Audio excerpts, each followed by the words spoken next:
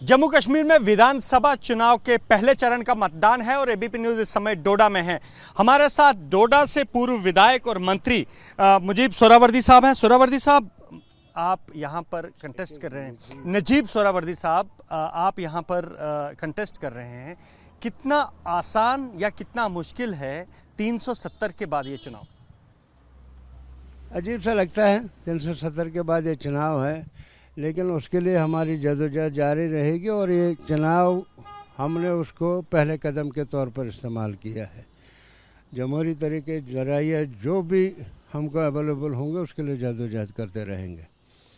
तो आज polling day है, हमने वोट कास्ट किया है और सभी बुज़ुर्गों, बच्चों, अजीज़ों, बहनों, माओं बहनों से अपील करते हैं कि निकलें वोट डालने के लिए। 10 साल के बाद आया है मौका, तो इसको गंवाना नहीं चाहिए। सर, आप होम मिनिस्टर रहे हैं, पुलिस आपके कंट्रोल में थी। 370 हटने के बाद मिलिटेंसी किस तरह से डोडा में है आपसे छिपा नहीं है। आपको लगता है कि मिलिटेंसी कर्ब करने में, मिलिटेंसी ख़त्म करने में फेलियर रही है बीजेपी? क्योंकि न केवल डोडा, किश्तवाड़, जम्मू के कई ज़िले लगातार मिलिटेंसी से। यार मिलिटेंसी, इनको पता ही नहीं मिलिटेंसी क्या है, न उसके डायनेमिक्स को ये समझ सकते हैं, न उतनी इनको सलाहियत है। इनका आईक्यू थोड़ा बहुत लो है इस मामले में।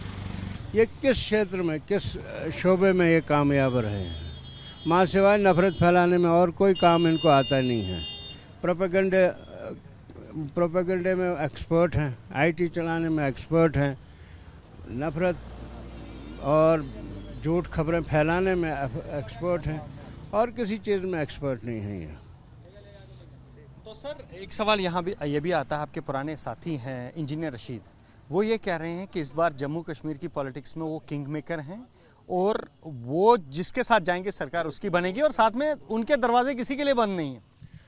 देखिए, वो शायद इस बात पे ईमान नहीं रखते हैं तो तुल मुल्क मिन मन तशाओ, वो जिसको चाहता है हुकूमत देता है, वो जिसको चाहता है मुल्क देता है, वो जिसको चाहता है इज़्ज़त देता है, वो जिसको चाहता है इज़्ज़त देता है।